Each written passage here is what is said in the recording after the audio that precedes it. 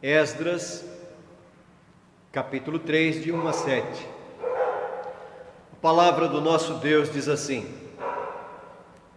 Em chegando o 7º mês, e estando os filhos de Israel já nas cidades, ajuntou-se o povo como um só homem em Jerusalém.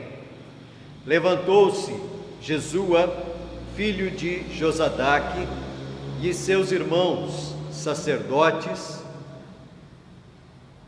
e Zorobabel, filho de Sealtiel, e seus irmãos, e edificaram o altar de Deus de Israel, para sobre ele oferecerem holocaustos, como está escrito na lei de Moisés, homem de Deus.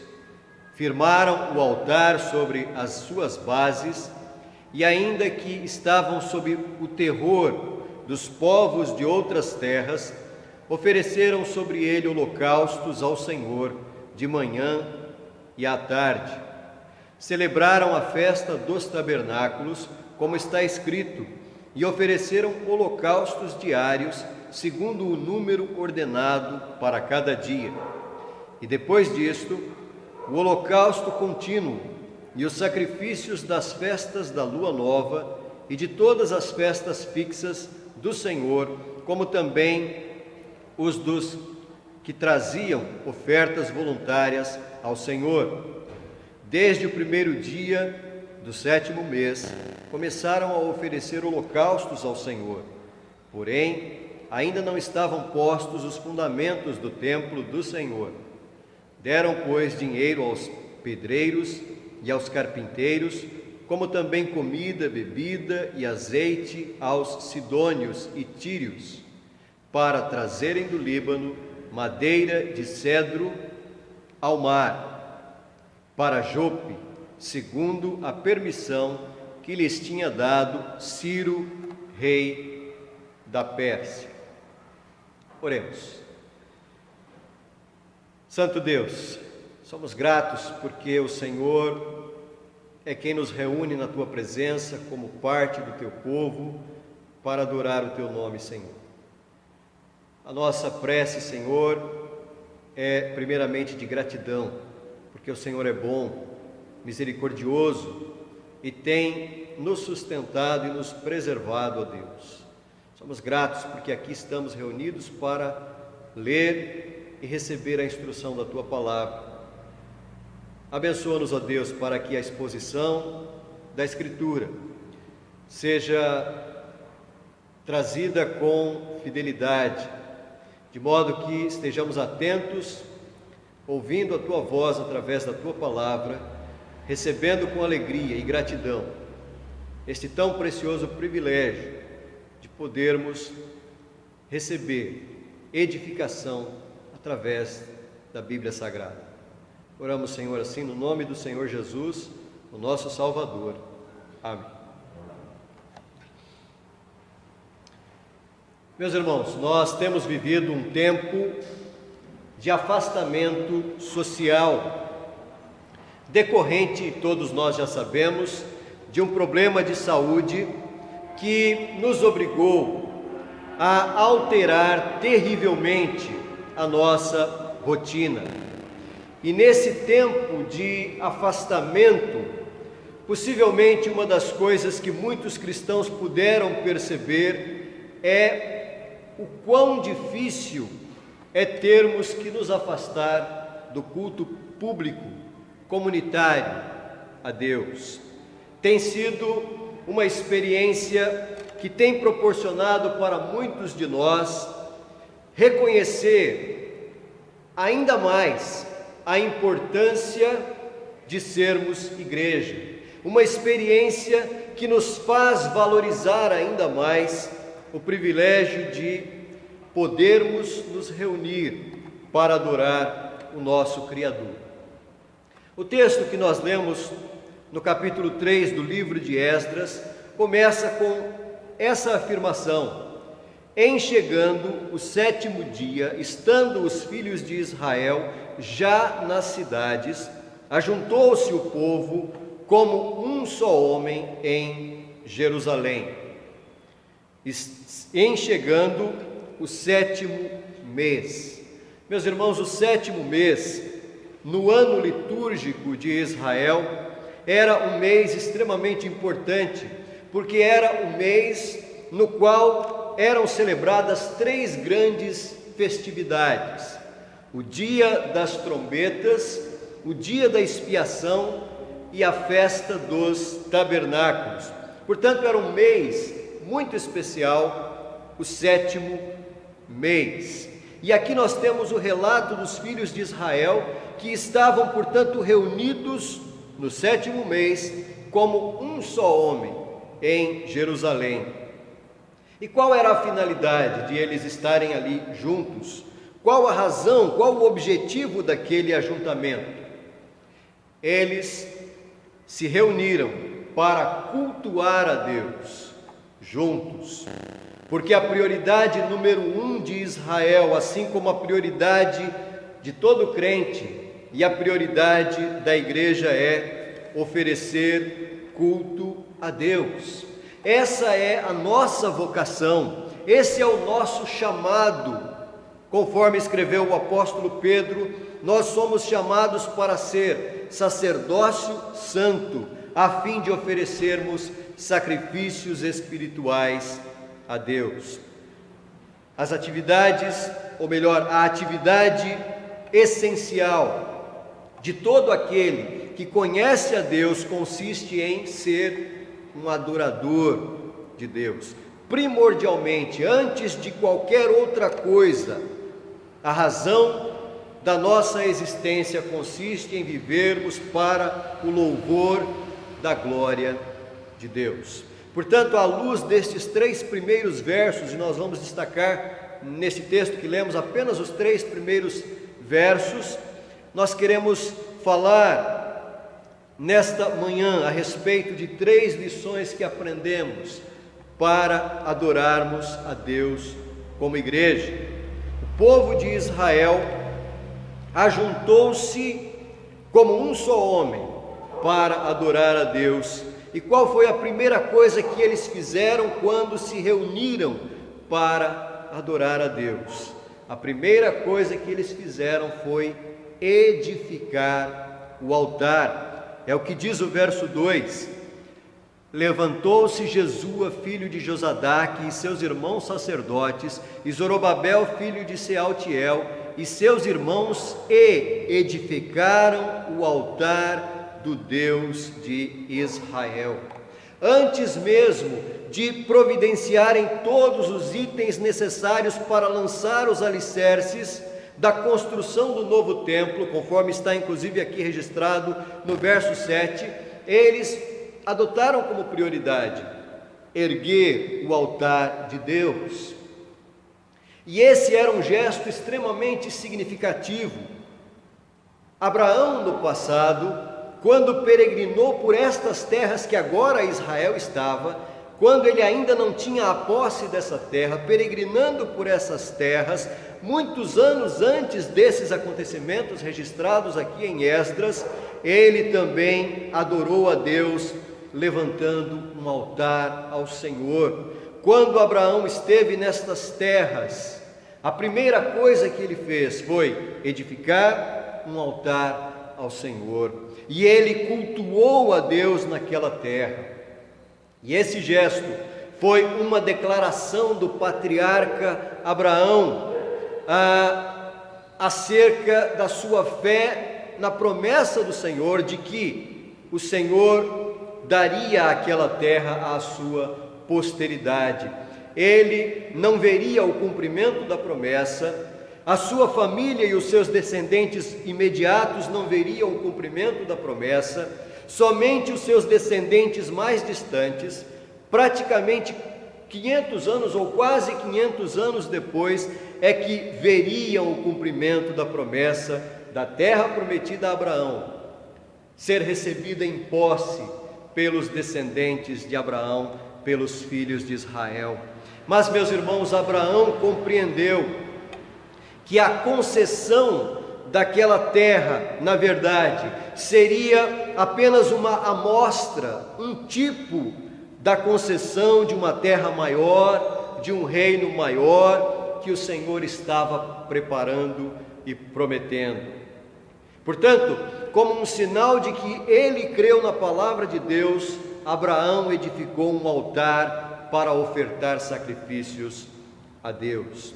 E este povo aqui, no contexto de Esdras, fez exatamente a mesma coisa. Aqui estavam eles de volta à sua terra, depois de terem permanecido em exílio em razão da desobediência, e a primeira coisa que eles necessitavam fazer ao retornar à sua terra era justamente cultuar a Deus, oferecer culto público a Deus, porque durante todo aquele período na Babilônia, eles ficaram impedidos de oferecer culto público a Deus. Eles aprenderam, à medida que o tempo se passou, que aquele período de exílio na Babilônia foi um período de disciplina da parte de Deus sobre a desobediência deles. A desobediência consiste na disciplina, e a disciplina, após aplicada, requer perdão.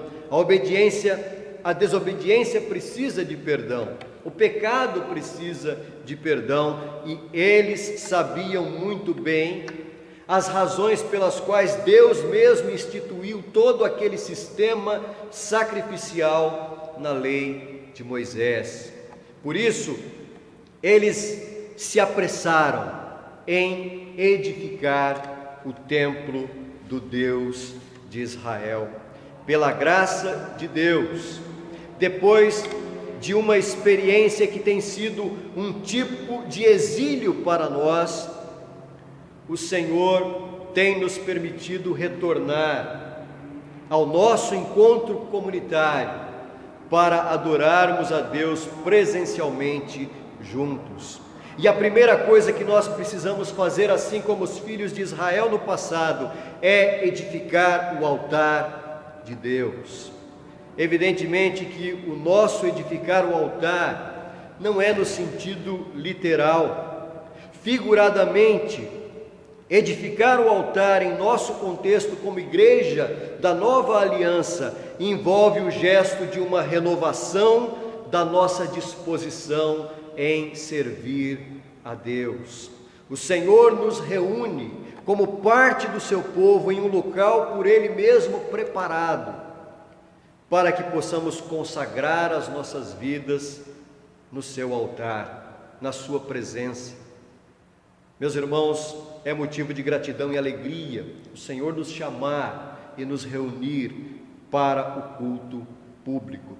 Mas além de edificar, uma segunda lição que nós aprendemos para adorar a Deus como igreja envolve o ato de firmar as bases do altar. Veja o que diz o verso 3: firmaram o altar sobre as suas bases.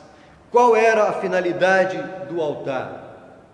Conforme diz o verso 2, eles edificaram o altar de Deus, do Deus de Israel, para sobre ele oferecerem holocaustos, como está escrito na lei de Moisés, homem de Deus. Então veja, a primeira coisa que os filhos de Israel fizeram ao se reunirem de volta à sua terra para adorar a Deus foi edificar o altar. E nesse ato de edificar o altar, eles se puseram também a restaurar duas coisas. Em primeiro lugar, eles se puseram a restaurar a primazia da palavra de Deus na vida do povo de Deus. Ao edificar o altar, eles fizeram isso em obediência à lei de Moisés, que é a lei de Deus, que é a palavra de Deus, ou seja, eles estavam restaurando o altar para retomar as atividades do culto como uma expressão de obediência à palavra de Deus. Eles estavam, portanto, restaurando a primazia da palavra de Deus na vida do povo. Edificaram o altar do Deus de Israel para sobre ele oferecerem holocaustos, como está escrito na lei. Mas, em segundo lugar, além de restaurar a primazia da palavra de Deus, eles também se puseram a renovar, ou, para usar um termo mais adequado ainda, se puseram a reformar o culto como prioridade a Deus na vida da igreja. E por que é que eles estavam fazendo isso? Por que é que eles estavam reformando a prioridade do culto a Deus na vida do povo? Porque essa iniciativa de reformar o culto era uma declaração acerca da importância do culto como uma expressão pública de adoração a Deus. O culto público e parece uma redundância, mas o culto público é um ato público. Não é algo que deva ser realizado de portas fechadas. Evidentemente que as condições em que temos vivido são outras, né? Em condições normais, o culto como ajuntamento, como encontro do povo de Deus, é realizado em espaço público e acessível, e é realizado como uma declaração ao mundo sobre qual é a prioridade do povo de Deus. O culto público, ele é um movimento que não segue a agenda do mundo.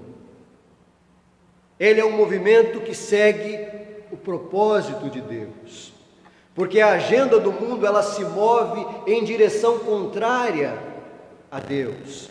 E nesse sentido, a palavra de Deus e o culto público a Deus como prioridade para o povo de Deus são expressões de um protesto a favor de Deus e em oposição ao mundo que despreza a Deus. Quando o povo de Deus se reúne para adorar publicamente, o povo está protestando a favor da adoração a Deus, de fazer a vontade de Deus, de andar nos caminhos de Deus e declarando ao mundo que os homens não podem se distanciar de Deus, porque a prioridade do ser criado à imagem e semelhança de Deus é viver para a glória de Deus.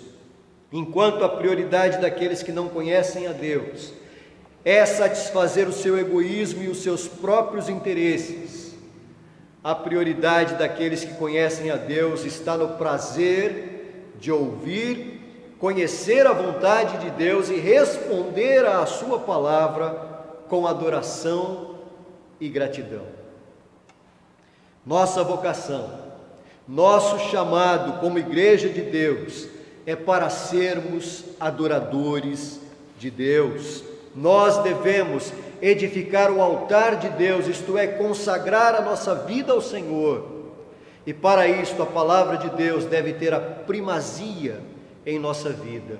E o culto a Deus deve ser a prioridade da nossa vida. Edificar o altar, firmar as bases do altar. E a terceira lição que aprendemos para adorarmos a Deus como igreja é reconhecer o significado do altar. Observemos, meus irmãos, que este culto, neste contexto da narrativa de Esdras, ocorre em um estado de tensão, porque o texto diz no verso 3 que eles firmaram o altar sobre as suas bases, e ainda que estavam sob o terror dos povos de outras terras, ofereceram sobre ele holocaustos ao Senhor de manhã e à tarde.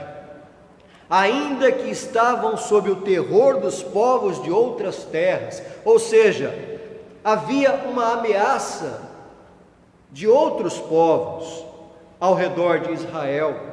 O povo de Deus era uma minoria, era um grupo pequeno, era um remanescente que acabava de começar a voltar do exílio e estava cercado por várias nações, vários povos, e portanto o povo de Deus era uma minoria, em condição de fragilidade, rodeado por povos numerosos e hostis, que não reconheciam e nem acreditavam no Deus de Israel. E ali estavam eles reunidos um pequeno grupo rodeado de inimigos, conscientes da sua fragilidade, da sua posição e de quão pequenos em número eles eram, conscientes de sua dependência de Deus, conscientes de necessitarem permanentemente do socorro de Deus, conscientes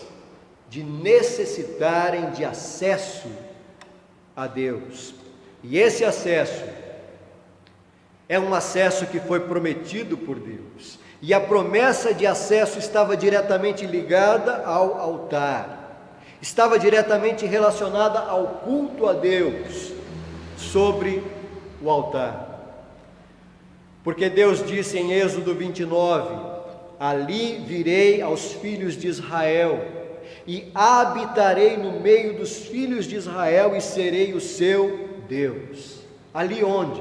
Ali no altar. Virei aos filhos de Israel. Mas por que no altar? Porque o altar é um indicador da presença do pecado de Israel. Quando nós nos reunimos como povo de Deus, o que a palavra de Deus e o culto de Deus imediatamente alerta-nos é para o fato de que nós somos uma comunidade de pecadores. Essa é a nossa condição. E esse é o primeiro significado do altar. O altar representa sacrifício. Há um sacrifício, porque há pecadores que transgrediram a lei de Deus. Foi por causa do pecado em Israel, na igreja do Antigo Testamento, que eles tiveram que sofrer a disciplina de Deus, ficando no exílio. O povo de Deus se deixou levar pela idolatria, se deixou envolver por práticas impuras, vindas de fora de suas fronteiras. A igreja comprometeu o seu coração com coisas deste mundo, ao invés de dedicar-se exclusivamente ao seu Deus. Por isso, a igreja seguiu para o exílio. E agora, uma pequena parte desse povo recebeu a graça de retornar à sua terra. E eles entenderam que a primeira coisa para a qual eles deveriam estar atentos era para o pecado da igreja. Era necessário reedificar o altar, porque o altar representava o acesso a Deus novamente.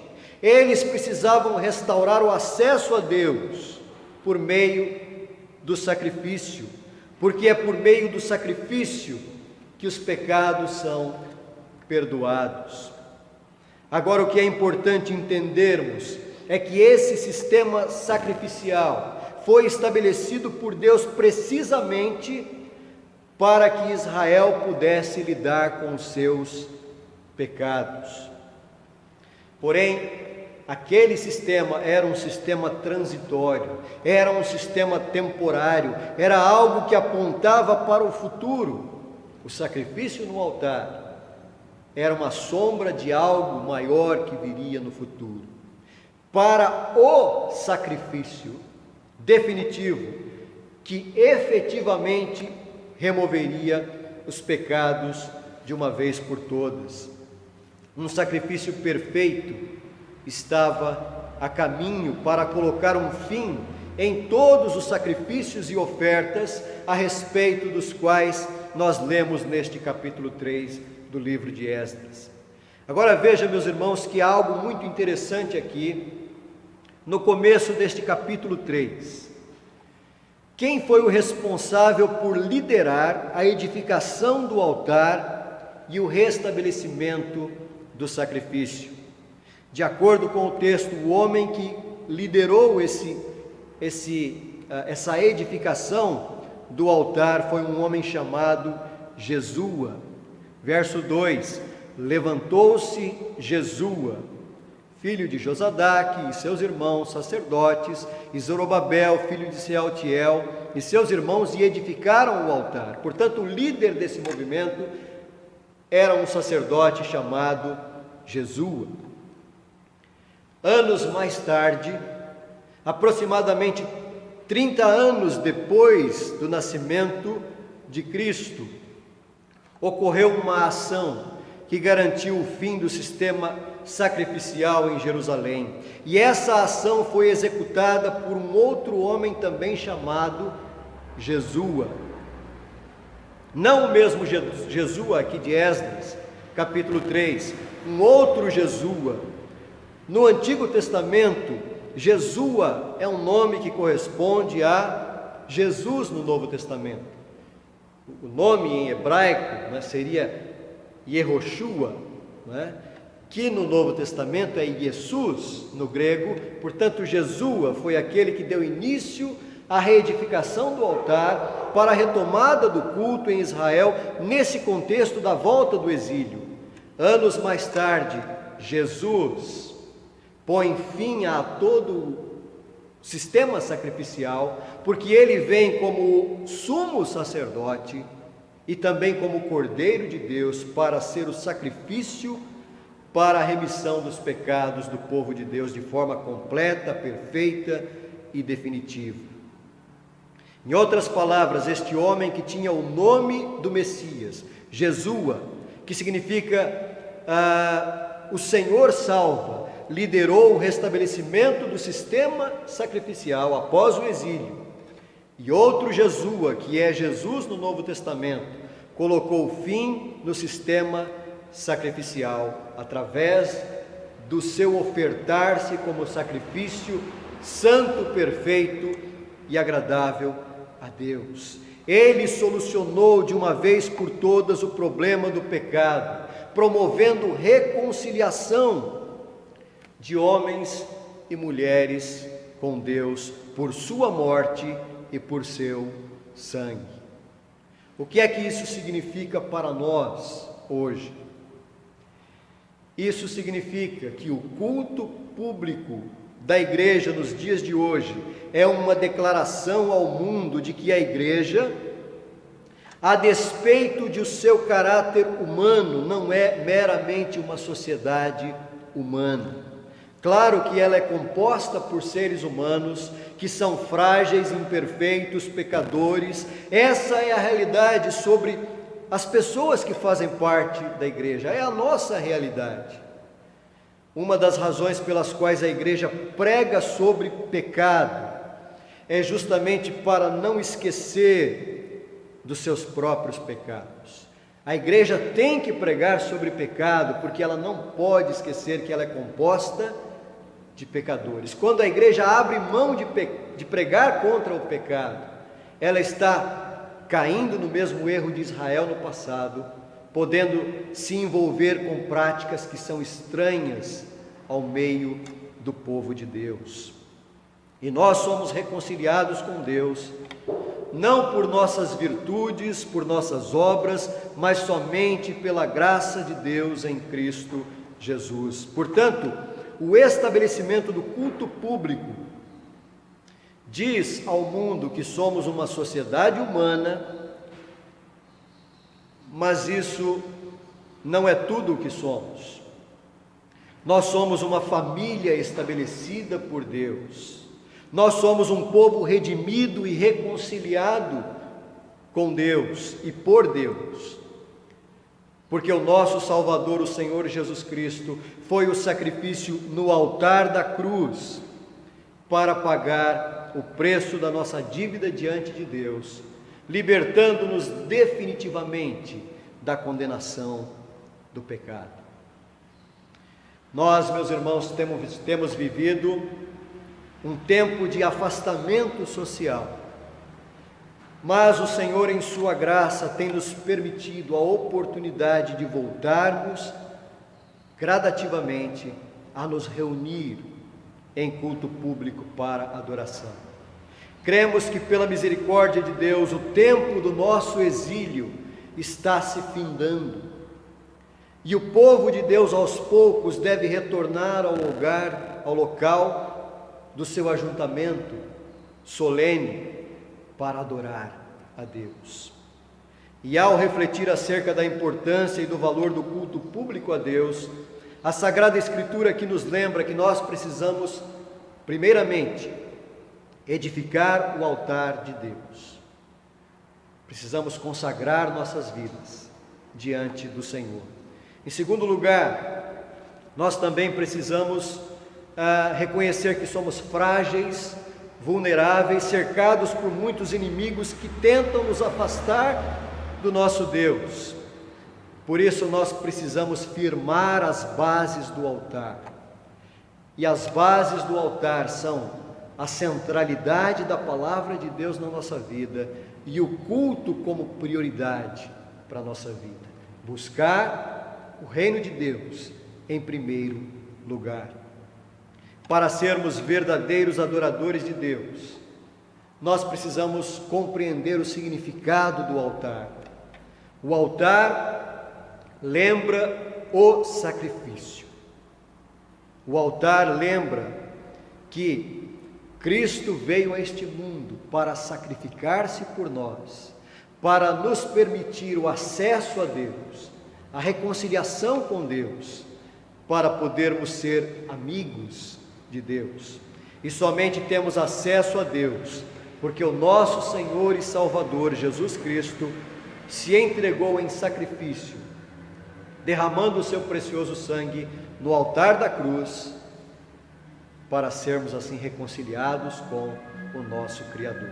Meus irmãos, que Deus nos abençoe e que coloque em nosso coração cada vez mais o desejo de adorar ao Senhor, a alegria de podermos nos reunir em culto público para declarar publicamente que o Senhor reina sobre a nossa vida, que Cristo é o nosso único Senhor e Salvador, e que neste relacionamento nós temos a certeza da salvação eterna. Que Deus assim nos abençoe e acrescente a cada dia a sua palavra aos nossos corações. Amém.